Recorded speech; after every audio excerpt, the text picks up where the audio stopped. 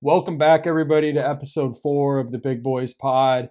This is Trevor here coming at you alongside my co-host, Coach Cole. We're excited to break down the last week of games and get a look at some fun Week 6 matchups. Unfortunately, I was at a wedding this past weekend. It was a lot of fun, and congratulations there. But I didn't catch too many of these games, Cole. So you're gonna have to fill me in a little bit. Watched a lot of highlights, kept up with the scores throughout the day, but other than that, be leaning on you a little bit this episode. So, how are you doing today? Good to be back. I'm good, man. I'm good. Yeah, and shout out to the newlyweds. Congrats to them. Yep. Hopefully they get a chance to listen on their way to their honeymoon or wherever they're heading off to. Um, but yeah, I mean, we're back. We were back with some more Friday night action. I've been saying these Friday night games could live up to a lot of hype, and I think for a second week in a row, they did. So we had the Washington Rutgers game that was out at Rutgers. We were talking about how it's a blackout game. Rutgers came out in the all black, and those kids were rocking, man. Not just the team, but the stadium. The student body for Rutgers was really excited. They were doing like shout outs to all the parts of Jersey Oh, and like really? central Jersey. Yeah, and so kids were going crazy. Jersey But I Shore? thought Jersey Shore get a shout out? I think they were hitting kind of every district Yeah, yeah. of Jersey. So shout out that. But no, they just went to work right away. I mean, Monangai, I would say, is probably a top 3 running back in the conference right now. I'd Mhm. say he would be a clear shot 1 if Caleb Johnson and Mullins weren't in this conference, right? Mhm. He just was having a day all day long, um, and this game went back and forth quite a bit. Um, 2 big misses by the Washington kicker that probably would have kind of helped in terms of momentum. I felt like Will Rogers did a really good job getting down the field. He had over 300 yards, Mhm. but they just couldn't get it done when it mattered. And Rutgers secondary looked good. Rutgers play calling, offensive play calling looks even better. And then Monangai is just looking really good all over the place. So I'm excited about that. I think we both actually I think called a Rutgers win here, Mhm. and that's what happened. So good for them.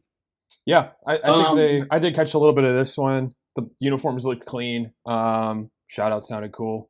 And yeah, Monty like you said, I think he was like preseason All Big Ten, either first or second team, and he's definitely living yeah, up to that. So, good win by them and a 4-0 start, starting off undefeated in conference play, as big as the season goes on. 4-0, yeah, and they're not the only team that's um, been on fire like that. But Hmm. you did say last week that this blackout look was bloodthirsty. Hmm. I would say that I know you didn't get a chance to watch all these games, but they were playing pretty bloodthirsty for sure, Yeah. and Rutgers lived up to that. So good for them. That's Friday night. Went to bed, woke up right away. We had a Ohio State at Michigan. Ohio State, number 3 in the nation. Still not a whole lot to talking about. They're just a wagon. When Hmm. they get running, no one can really stop them. So that's what I had there. I honestly didn't watch a whole lot much of this game just because I'm not a big Ohio State fan. I was gonna have to play them this week. We'll talk about that in a little bit, or more towards the end of the week. But the big thing here, Michigan State only scored 7 points. I really want to see Childs break out of these tough few games. I Hmm. think he has a lot of talent, raw talent. The more I see of him, I just think Michigan State's had a couple tough games early in the season, Yeah. and he's being tested, right? So hopefully he can turn that around, and I'm definitely rooting for that. But yeah, only scoring 7 points is really tough.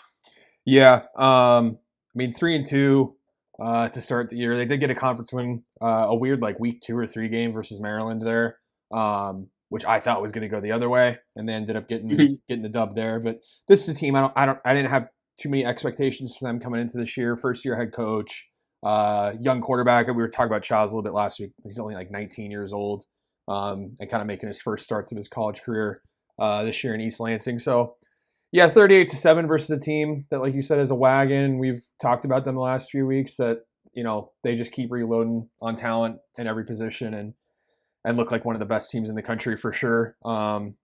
Putting 7 on the board is better than getting, throwing a goose egg up there, but this is one you just want to take some notes and learn from it a little bit and move on to some of your next games. Sure. Yeah, and I mean, there's been already a ton of shutouts by some Big Ten teams this year, so you're not wrong to say Ohio State very much could have kept them to 0. So I'm not upset about it by any means. It's just going to be interesting to see who can really contend with Ohio State towards the end of the season, what that looks like for the playoffs for them, obviously. Yep. But getting to the next game, another top 10 Big Ten team right now. It's hanging out in the top 10. Oregon, UCLA. It's funny. This used to be a Pac-12 game. Yeah. Right. Just last year. And now it's a Big Ten conference game, which is kind of crazy. And this is a game I watched. And man, I know I've been giving Illinois' receiving core a ton of props, a ton of flowers, and I want to give Oregon their shout out right now too.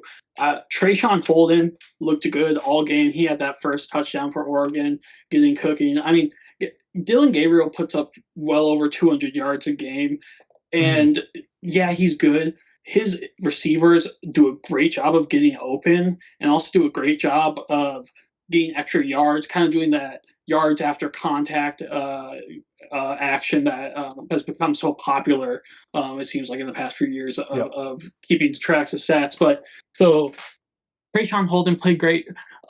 Tez Johnson had 2 touchdowns, and that helped out a ton. So I'm not going to give these guys my big boy of the week, but I think the Oregon offense and the Oregon receiving core is looking really, really good right now. And they pulled it off 34-13 final score. So I don't know if you have anything to say about this. Not about the game. Well, a little bit about the game, but something I was able to see was a tweet on like Sunday afternoon from some Oregon fan that was like, see, look, I told everybody in the Big Ten that our defense could hang. We're a real Big Ten team. And then like he did like a space and he's like checks notes and he's like, yeah, UCLA, a Big Ten team like that. So I thought that was kind of funny. Like you said, they get their first Big Ten win, but it doesn't really feel like a traditional Big Ten win yet. But I mean, they got some playoff aspirations, some Big Ten title aspirations. So starting off 1-0 in conference, doesn't matter who it's against. That's a win on the board. So other than that, no other thoughts there. I mean, looking at the box score and some highlights from that game, I fully agree with you. Those receivers look really good. That whole offense seems to be clicking. And Dylan Gabriel is kind of the guy they were hoping he would be. So good for them. Mm-hmm. There were, and one more note about that before just we get on the other games. Brian Addison. So Brian Addison, a cornerback, a D guy for UCLA, just transferred from Oregon this past year to play UCLA. He picks off Dylan Gabriel for a 90-yard pick 6. And so that was cool to see. I'm sure that felt pretty awesome. Yeah. Getting some revenge on his former team. But regardless, right? Oregon got it done. Yeah. So keeping it cooking here. We can talk. We talked about doing Ohio ranked State. matchups. You want to cover this big noon game, Minnesota, Michigan?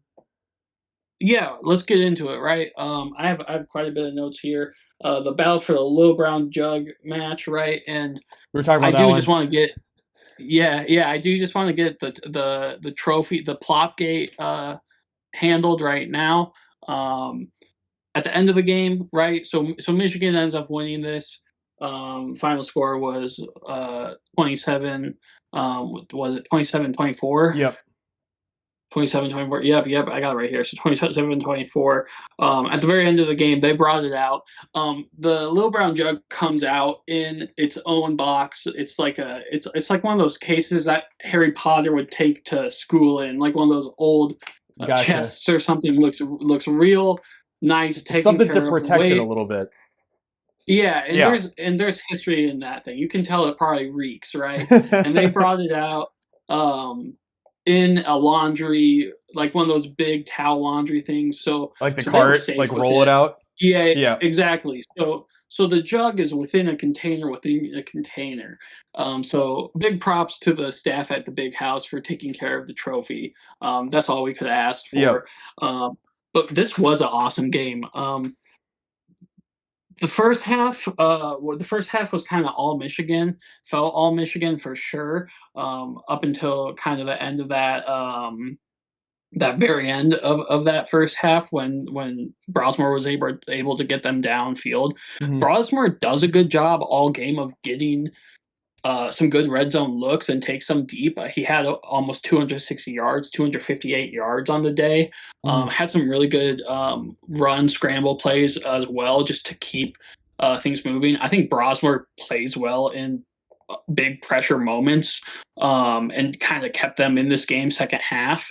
But Michigan is just really, really good. Michigan's defense probably top two defense in the conference right now. I Mhm. don't know who else can really hang with them, minus Penn State, which we can always get about more into. And if there's people who feel different about those things, please let us know.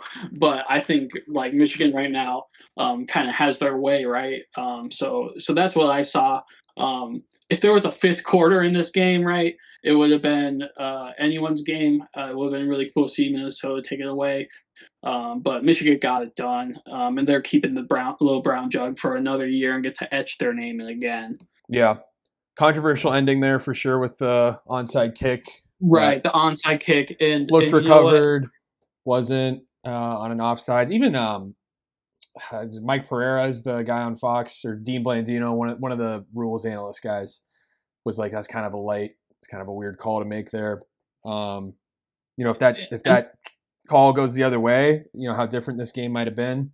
Obviously, yeah, like you said, Brosmer being able to lead him back in the fourth quarter there, and what seemed like a miracle prayer answered goes the other way. So and it's probably a really bad taste in Minnesota's mouth too, because after last year's win they had against Iowa, mhm. and having calls, so now they're kind of on the other end of that Yep, boat. In this case, so it'll be interesting to see how they bounce back from that.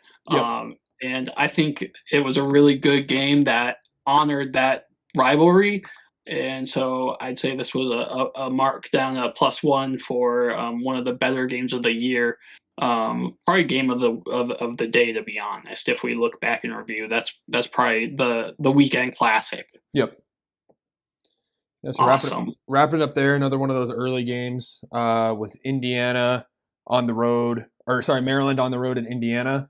At Um, Indiana. at Indiana, yeah, this is a game that I put in a parlay of mine on Saturday, so I didn't watch too much of it. Was keeping a close eye on the score, and Indiana had me worried for a little bit. This game stayed pretty close, well into the second half, but ended up pulling out the dub, 42-28.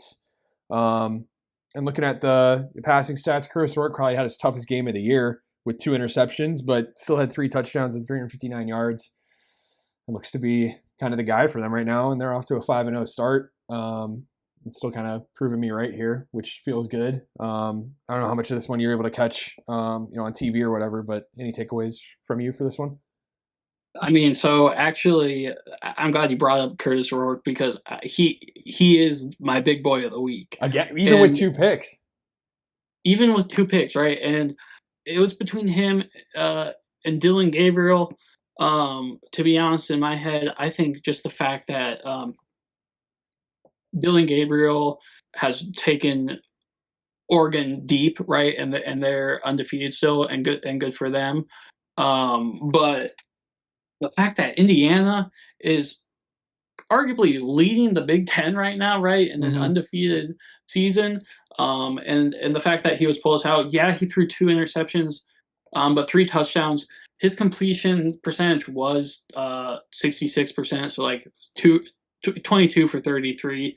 Obviously, the QB rating at 80 is not great. I get that stuff, but just the grit to pull that game out against a good Maryland defense, right? I've talked a little bit about that Maryland defense earlier this year, so I caught some of this game here and there. I watched the highlights of it, obviously, but I'm just more and more impressed by Curtis Rourke.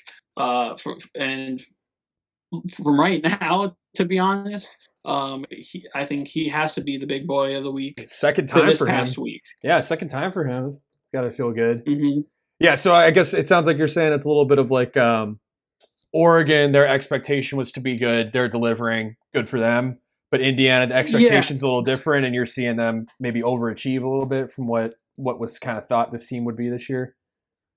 That's a really good way to put it, because I think everyone thinks a top 10 team should be undefeated right now. I don't think anyone really expected Indiana to be this much of a wagon this early on. And I mean, so undefeated, good for them.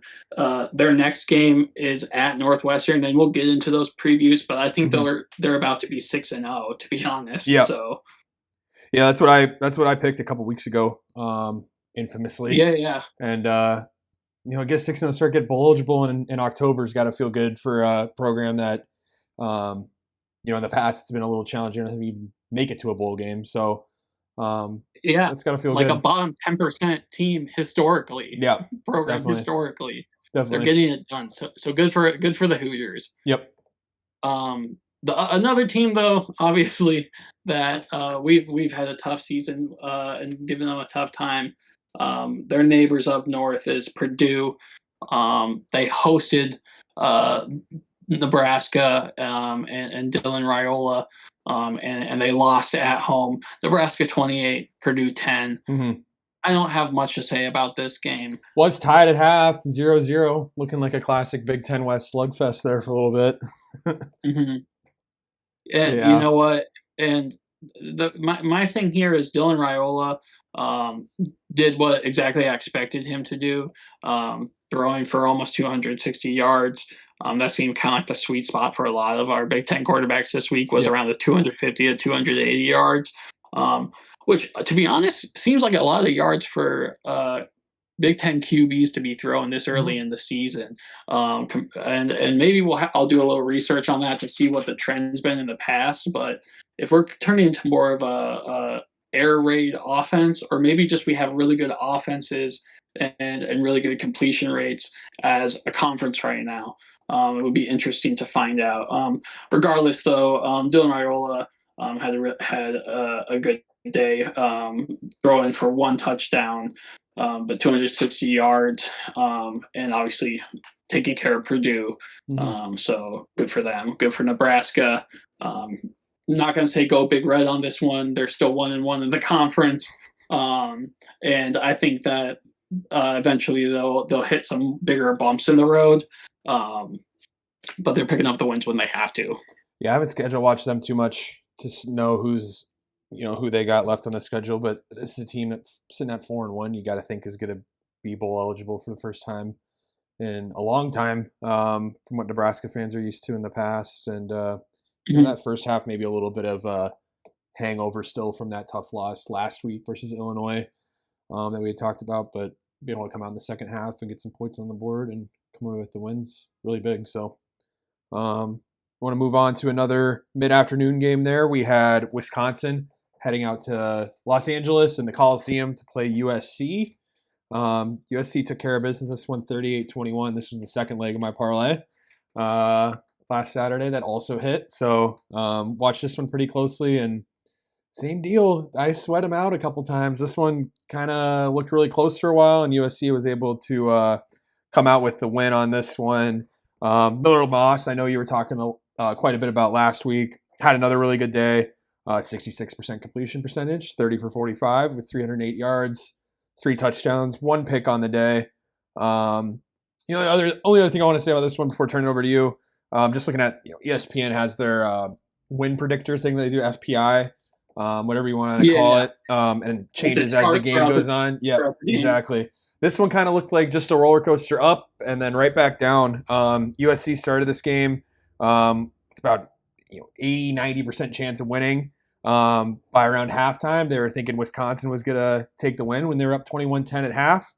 And then as that second half went on, USC shuts them out in the second half, puts up 28 unanswered, and obviously ends up winning the game. So, good showing by Wisconsin, but weren't able to take care of work there.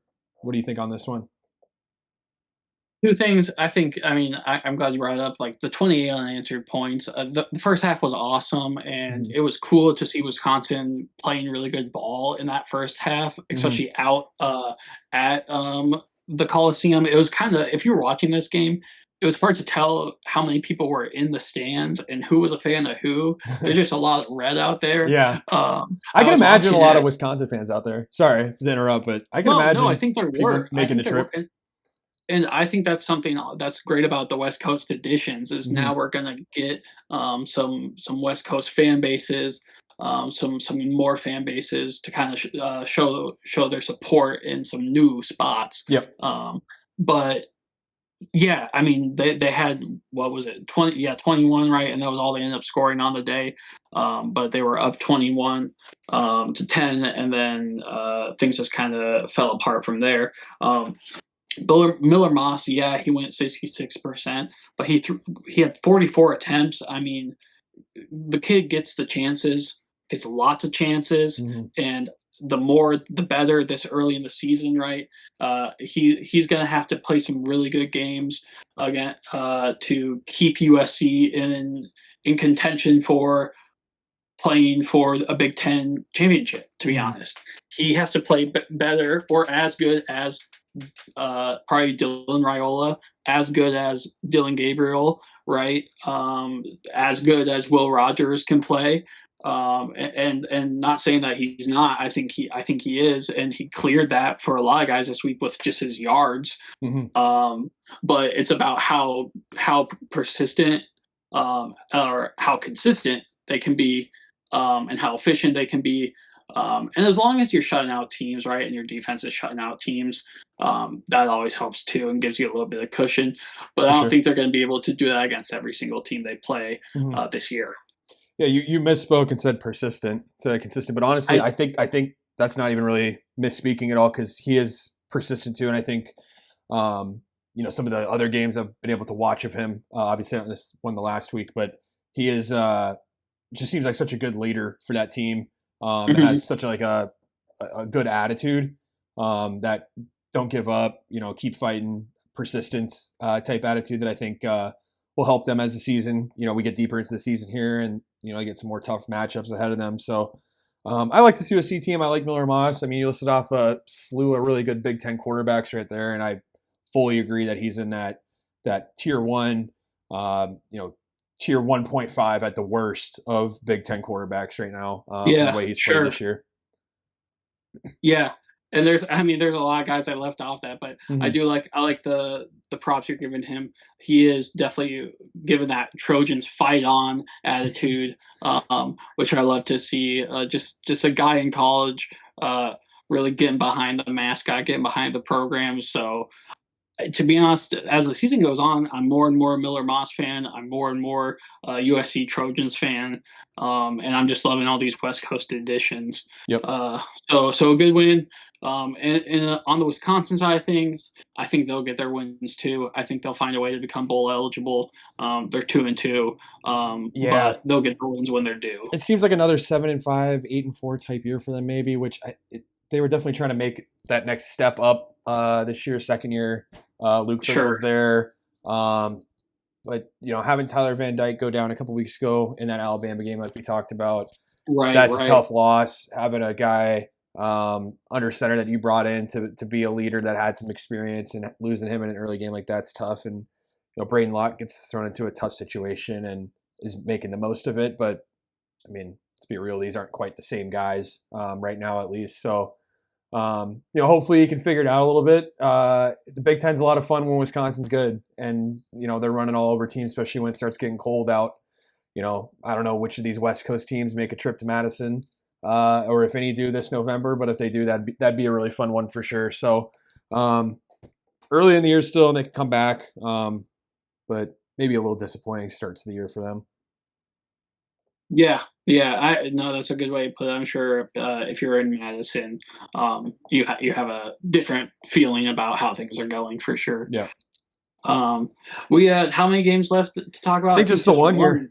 This is a fun one. Yeah. Yeah. And called it whiteout energy. I think it kind of just was a whiteout game, even though it wasn't maybe the scheduled whiteout game for the year. Mm-hmm. But number 9, Penn State hosting number 19, Illinois, led by the guy Luke Altmaier.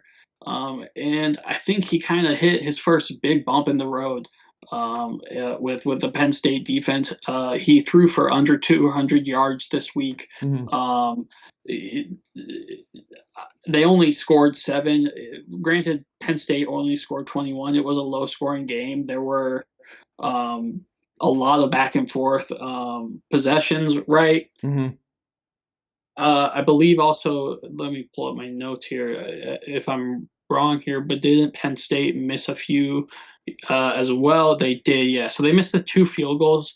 So this game could have looked even worse score-wise than it really was. Mm-hmm. And at the same time, the other way around, I thought Illinois had a couple chances where they could have scored, but man, it just felt like any time that defensive line really dropped in on that pocket, Illinois' offensive line could only do so much, especially for 4 quarters. Yeah. So I was impressed by Penn State's defense, and like I said earlier, I think they're like a top 2, if the best defense in the conference right now. Yeah, they definitely looked really good. But don't sleep on that Illinois defense and being able to hold Penn State to 21 points, and one of those touchdowns was a late fourth quarter touchdown, and you could definitely tell maybe they were getting gassed there towards the end of the game, trying to keep up and let one in. But yeah, I mean, I think Illinois, this was the last leg of my parlay, and this one also hit. So I had a 3-leg parlay over the weekend for games I couldn't watch. So that felt good. It was 18 they and a all half. Hit, though? They all hit, yeah, 3-leg parlay. I had a big payday. Wow. But 18 and a half going in, they covered, only losing by 14. So I think when you cover, when the line's that big, I think, obviously these guys aren't looking at the lines going into the game like we as fans are. But I think it's telling in a way that, they're overperforming maybe what Vegas is saying where they're at.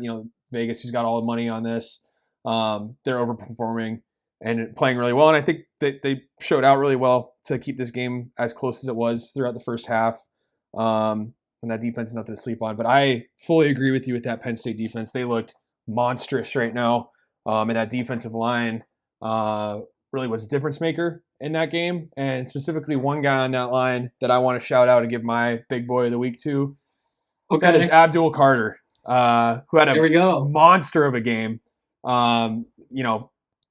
Just stat line here is crazy. He's making plays on every type of play you possibly could. He had 7 tackles, 4 of them were for a loss, dropping a couple running backs in the backfield.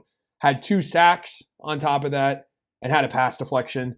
And just be able to bat one down in the length, that's super demoralizing. When the cameraman follows it and then they have to come back, it's like, oh, the ball's not over there. Yeah. When that happens to your team, you're like, oh, come on. You're like, this guy's wide open. So, shout out to him, really making a difference on that line and showing that defense what they're worth right now.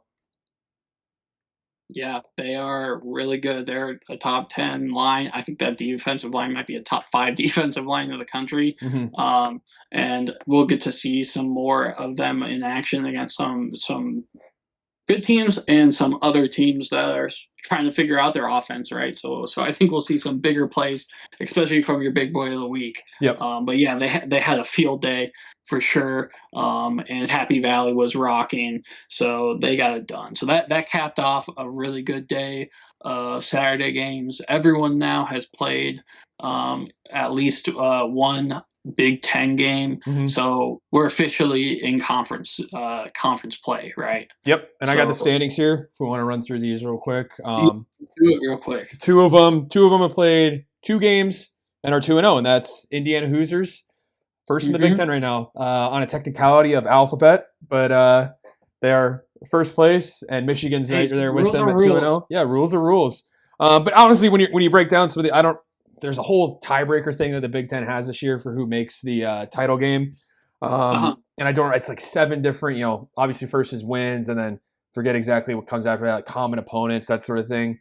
But even you look at their points differential in Big Ten games, Indiana's leading there. So Yeah. 2-0 on top of the Big Ten, good for them. You got some 1-0 teams, that'd be Ohio State, Oregon, Penn State, Rutgers, and Iowa, all 1-0 in conference play. Got some 500 teams in conference play: Illinois, Nebraska, USC, Michigan State, and Washington. 0-1 teams are Northwestern, Wisconsin, Purdue, and then some 0-2 teams with a tough start to conference play: Maryland, Minnesota, and UCLA pulling up the rear right now. So let's look at the standings. So we'll get a lot more clear of who's where as we get some more games under our belt. Still obviously early in the season. But with that, let's move on to some Week 6 previews. You want to start off? Yeah. No, I'm ready to. I mean, and it's crazy to see Indiana at the top and Minnesota at the bottom after Minnesota. I was so high on Minnesota just Mm-hmm. like 2 weeks ago. I mean, same with, right, we said Washington's down at the bottom right now. Yeah. Was Washington not playing a national championship last year? So new year, new slate, and it seems like Curtis Rourke is leading the charge in the Big Ten right now. Yeah. So it's really exciting year, honestly. An exciting week too. This is week 6. Friday night, another good game. Ducks are wearing their Stomp Out Cancer uniforms, so you'll have to check out those. They post everything every week on their Instagram. I mean, it's Oregon, right? Yeah. They're going to go crazy, but these go especially crazy. They're kind of looking like some caution tape to them, but they're ranked 6th now after the performance they had last week. So now they're creeping into that top 5, right outside that top 5. I think if they win this week against Michigan State, they get the top 5 nod the week after.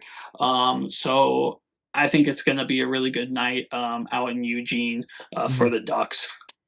Yeah, and this is kind of their, like I mentioned earlier, Oregon fans kind of taking the piss a little bit with their first Big Ten win. This is their first game against, a traditional Big Ten team with Michigan State. Yep. Making their own trip out there. So line on this one going in is 23.5. Oregon's favored with a 52.5 over under. If that Oregon offense keeps clicking the way it looks like they can, I don't see any reason why they couldn't break through that 52.5 even on their own. Let alone with points Michigan State's putting up there. But I really like Oregon in this one and keep it rolling at home. But these Friday night games, you never know. So could be some fireworks. You never know. Yeah, that's fair. I will say, though, there's 5 letters in Ducks, and this would be the 5th win for Oregon. So just looking into things maybe a little too much, but it feels like they maybe spell out that Ducks in the wall. Some Big Ten numerology coming at you this week. Oh, there you go. Hey, you never know. Okay, this is the stuff that happens throughout the year. We don't script these things. Right. But that's Friday night. So another good Friday night game. Praying that your hometown team's doing better. But if this is a 3rd week in the row that they might stink, maybe sit this one out and get ready for basketball season for your boys. Yep. Starting off 11 o'clock on Fox, we got another top 10 team right behind Oregon, number 7, Penn State, hosting UCLA. It feels like everyone's just going to Penn State right now. I know that's not the case, but also, on the other hand, it feels like UCLA is just getting a gauntlet early in the season. Yeah. I think they're going to have a tough day. The line has Penn State at 27.5, and I think that is no issue, right? The only thing that's really slowing Penn State down is the actual clock of this game. Yeah. The fact that it's a 4-quarter game, right? If this game went on all day long, it'd be tough. So we'll see more action from that Penn State line. We'll see if UCLA can get any sort of real flow going in on the offensive side of things. I think they have good defensive players. Like I said, they look decent against some of Dylan Gabriel's looks and some of those wide receivers of Oregon. Mm-hmm. And Penn State's another good chance to play some really good talent. So we'll see how they do. But UCLA really has to start putting up some points in some of these games. Yeah, I agree with you. I think this maybe isn't the game to prove that. We can go on and on about this Penn State defense. The one question mark I think that I have with them is that offense and how many points they can put on the board. 27.5's a bit of a line there. I mean, we saw Oregon only put up 34 versus UCLA. And that's an offense that, year in, year out seems to really fire on all cylinders. So, maybe I don't like Penn State to cover that 27.5 spread, but I like them to win this game and maybe keep this at maybe a 28-10 type game around there and just get enough points on there to make it a comfortable win. But this doesn't seem like a team to me that really is going to run up the score too much. Anything else with that one for you? No, that's not really much there, to be honest. Yeah. So I mean, good luck to UCLA. I love seeing the success of these other teams on the West. Would like to see UCLA find some groove, but I mean, Penn State is another big horse in this race, we know, and this is probably just a walkthrough for them. So Yep. Another game at 11.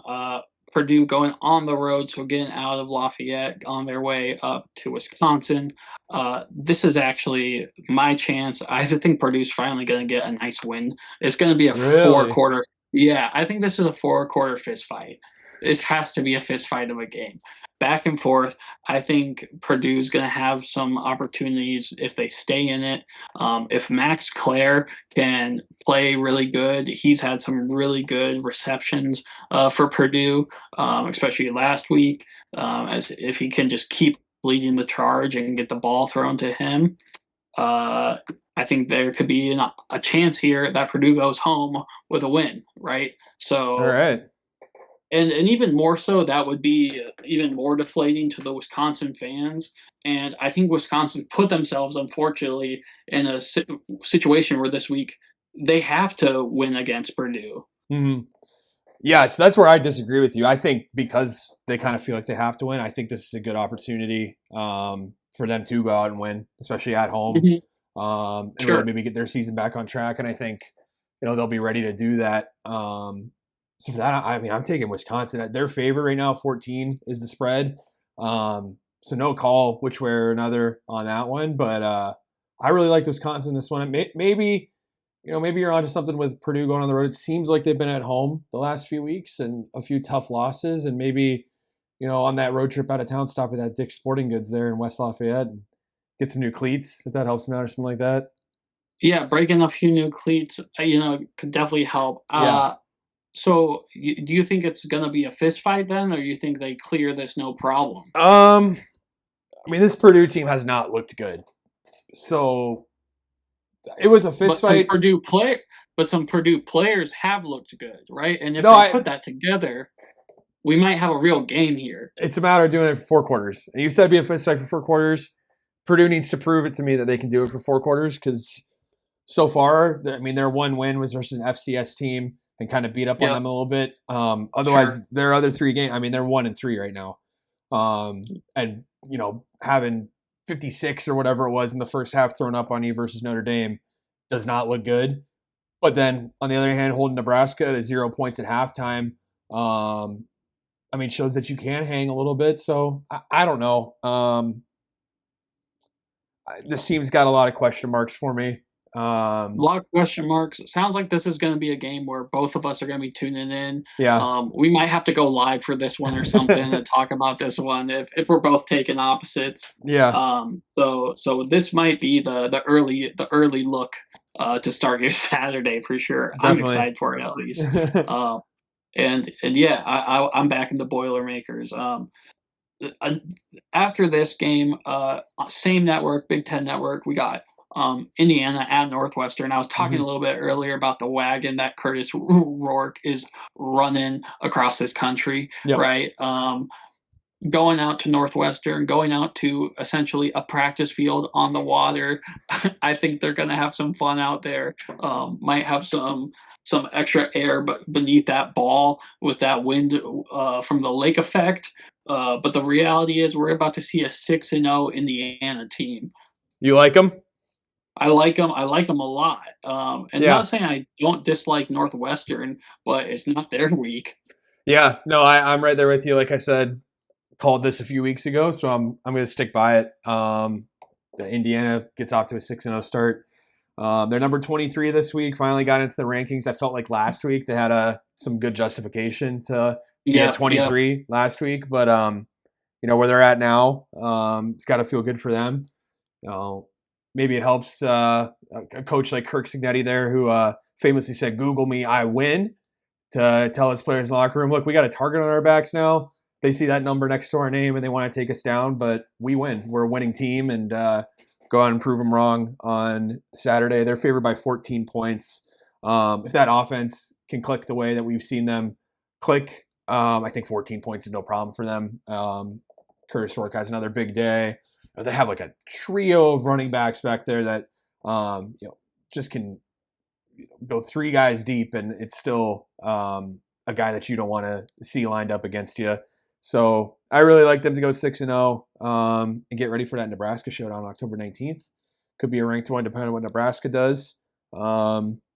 Anything else on that one? Otherwise, Nebraska's at 3 o'clock.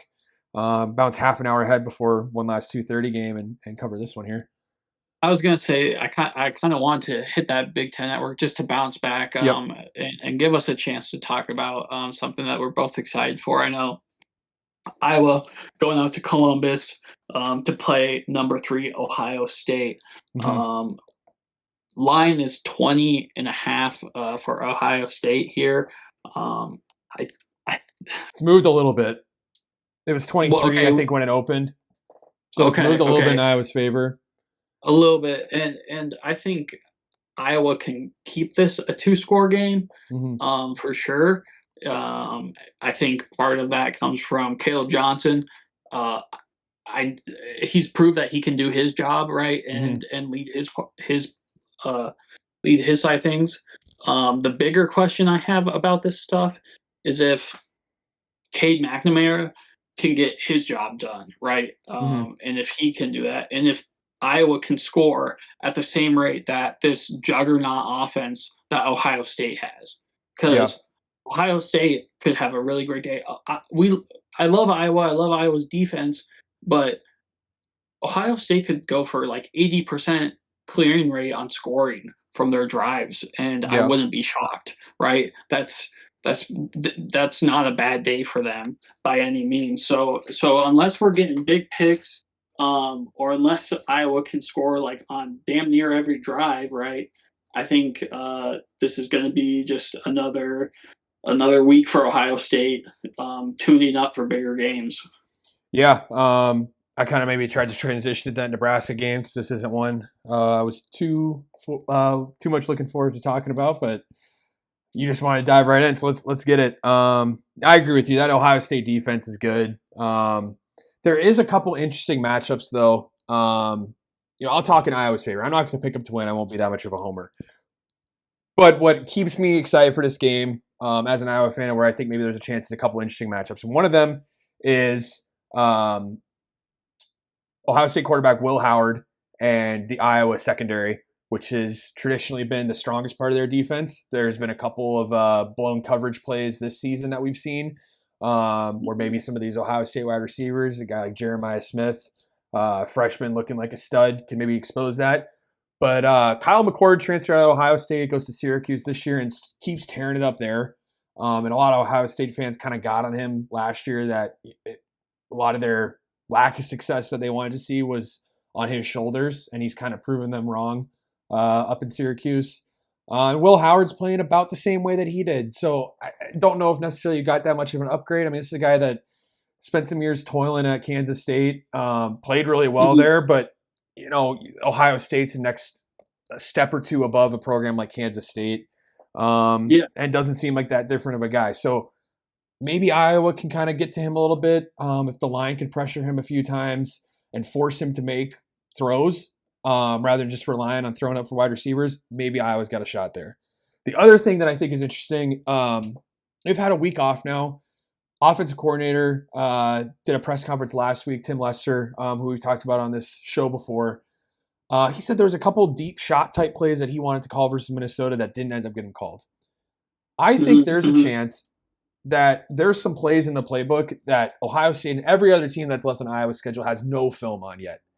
And maybe if Iowa can get off to a first quarter start where they let Caleb Johnson open up the running game a little bit, I think there might be some trickery in this playbook that Tim Lester's been cooking up the last year now, Okay. and maybe pop Ohio State in the mouth a little bit. And if it's 14-7 Iowa lead, or even like a 14-10 Ohio State lead or something like that, after the first quarter or midway through the second quarter, I think game's on at that point, and this could maybe go either way. Am I that confident in that happening? No, not really. But that's what I'm going to kind of hang my hat on Iowa's hopes on this weekend. Yeah. I mean, you're saying it, I think, to a T. The only way it happens is if Iowa can pop them in the mouth, Mm-hmm. and stay with them the whole game.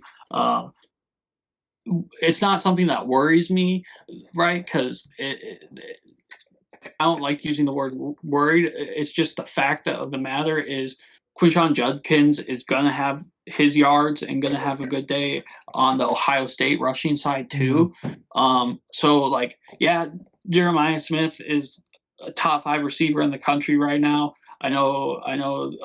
Social medias are going crazy over him. And he'll get his too.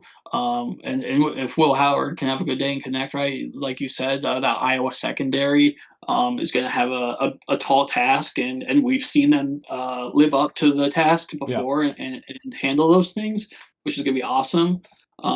So if we can if Jeremiah Smith stays to one receiving touchdown, and Quinshon Judkins can stay contained as well, those are going to be big keys to Hawkeye success. Yep. I agree with you. I'll pick Ohio State in this one, but I'll pick Iowa to cover Yeah. just to keep it close and keep it fun. It's that big CBS slot in the afternoon, so those they want them to be fun games, and hopefully this one delivers. Yep. We're. It sounds like we're on the same boat. So knock that out. And you. I'm sorry. You want to talk about Nebraska next? A I little did bit a of little bit. Nebraska action. I did because I think they had I mentioned it earlier. I think they had a good comeback after a tough loss. I was very hard on them and called it a tough loss. In fact, I think I Yeah. called it the most Nebraska type loss they could have had. And after getting in the rankings, all this hype, Dylan Raiola, and then losing a tough one like that in overtime. But to be able to come back is big for them. And I think Rutgers is an interesting test for both teams here. I mean, Rutgers looks pretty good, 4-0. Good start for them. And Nebraska, 4-1. Just that loss to Illinois. I think this is a fun game for both teams.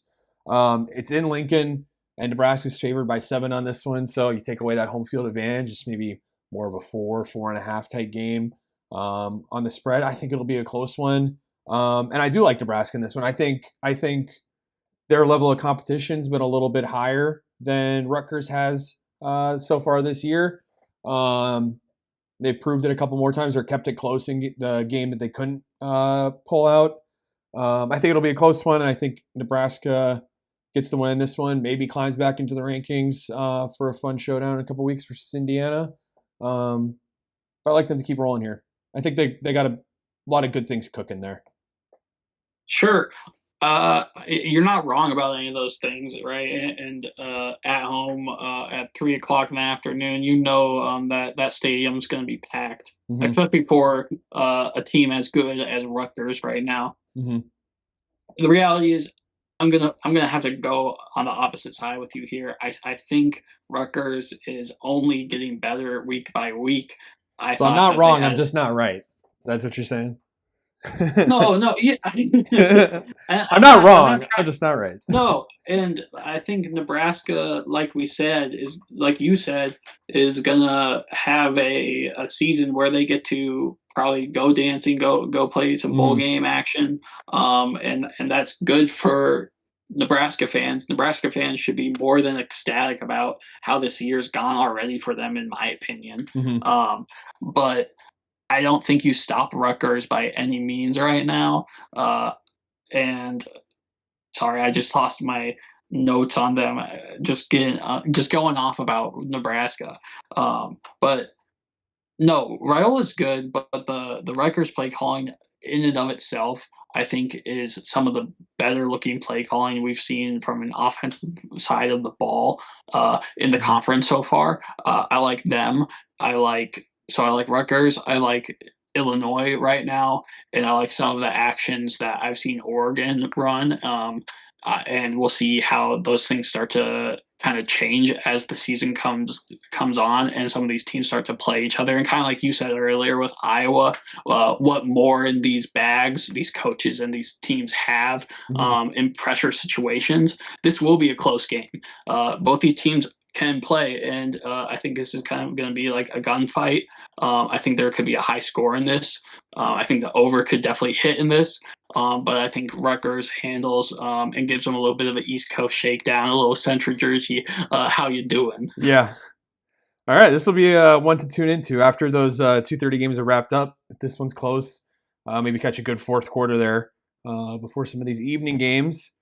We'll start off. We got a BTN game, or we got the Big Ten Saturday night on NBC. Your call. I kind of want to get back to my Gophers, if Okay. that's okay with you. Let's do it. I mean, you're a huge Miller Moss guy. I like Miller Moss too. I think we're not a Miller Moss podcast, but we did say that he's in that top tier of big, right? I'd call Do it you Miller want to Moss. say? It's Miller Moss Pod. Dang, dude. Okay, Let's well then call there it you Miller Moss go. Pod. Hey, fight on, Fight on. respect. We're fighting on, but at the same time, dude, Brosmer had a lot of grit in his return after that second half. Mm-hmm. I wonder what was said by PJ Fleck in that locker room for that little brown jug game because we saw some Michigan action. Okay, yeah, he fixed his tie, Fix bro. his tie. That's all he did. You think he fixed his tie? I'm sure that's a clip on, but we'll talk about that another time. Either way, it's going to be awesome to watch both these quarterbacks play each other. Is what I'm looking forward to. A guy who's probably a little more cool, calm, and collected. A little bit of that California cool with Miller Moss compared to.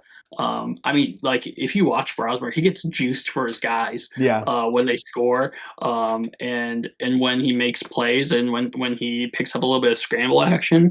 So it's going to be exciting. I think it would be really good for Minnesota's locker room if they got a win here. But But do I they? don't. No, but I don't think they do. Yeah. Unfortunately, I think USC is going to find their way into the top 10 here after this week. Sitting at 11 right now, they'll go in with a win here in Minneapolis. Yeah, I like USC in this one too. I didn't know if maybe you were going with the upset on this one, but yeah, I don't Probably know. want to. Yeah. I want to, but I after seeing how they handled Wisconsin in the second quarter or second half shutout, Mm-hmm. I mean, not looking good. Yeah, that's a Minnesota team that's beaten Wisconsin more often than they haven't the last few years here now. So Mm-hmm. who knows how this year goes when we get into that a few weeks from now. But yeah, I like USC in this one. I think Miller Moss went on about him earlier. It's a Miller Moss pod officially. We're calling it right now. Put it in the Okay. title. But Yeah, I don't really have much to say. In general, I don't hate this Minnesota team. I just think they've maybe hit a bit of their ceiling this year, and we've kind of seen all that we're going to see out of them. Some tough games earlier in the year. Take another loss and maybe fight back for some bowl eligibility as the year goes on. And like USC, to take care of business in this one.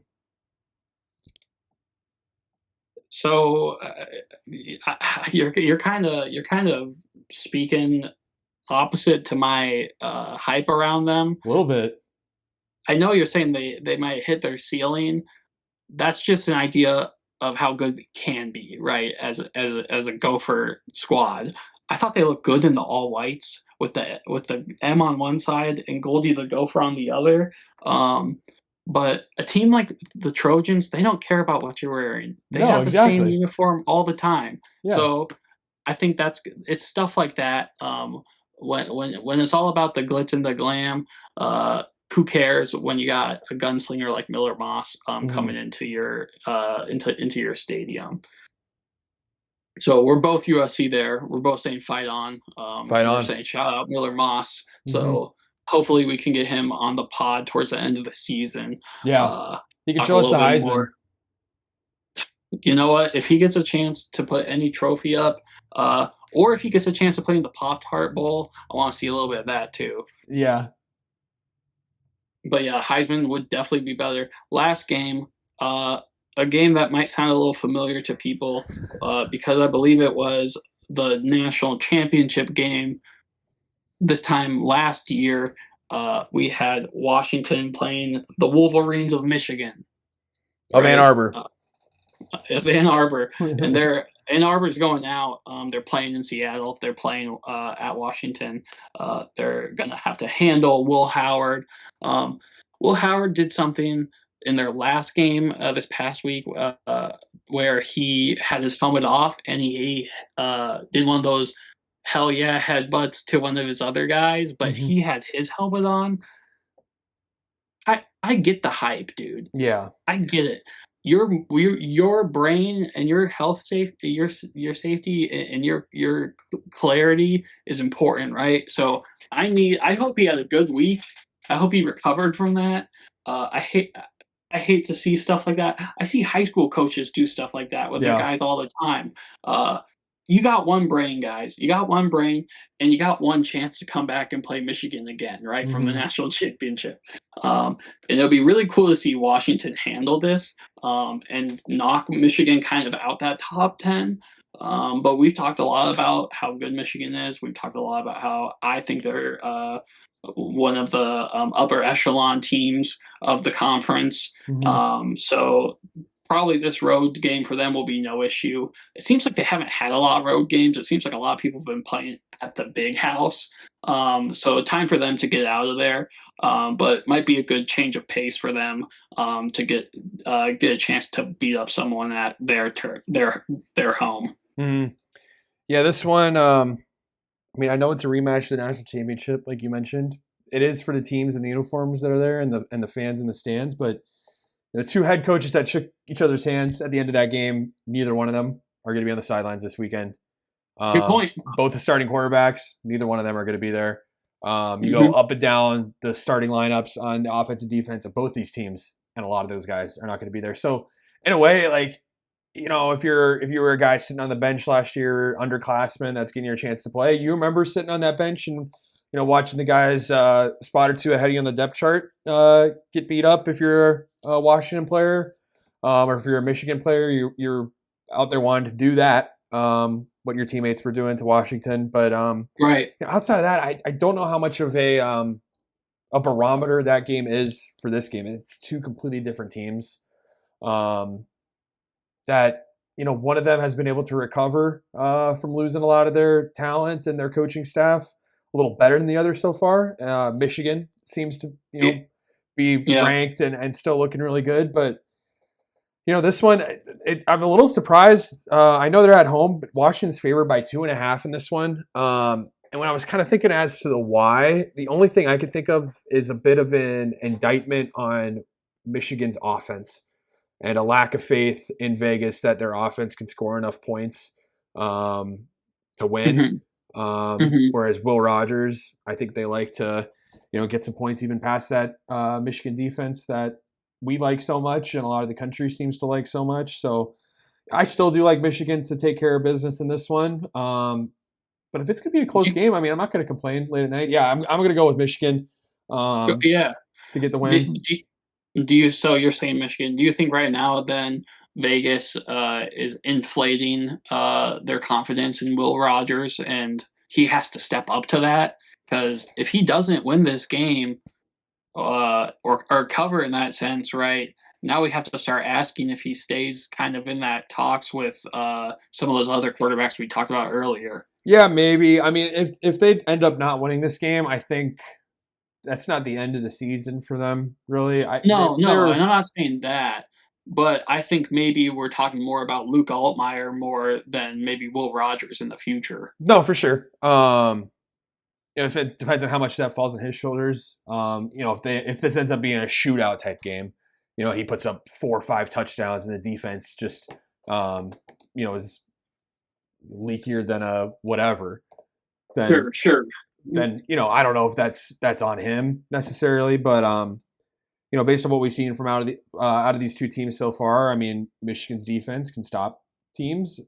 Their offense, their ground game can get enough going to pull games out, and I've won 4 of them so far. And Washington's offense looks pretty good, so I think maybe that's where this matchup ends up at. When Washington has the ball, that's how this game's gonna be decided. What happens when they have the ball?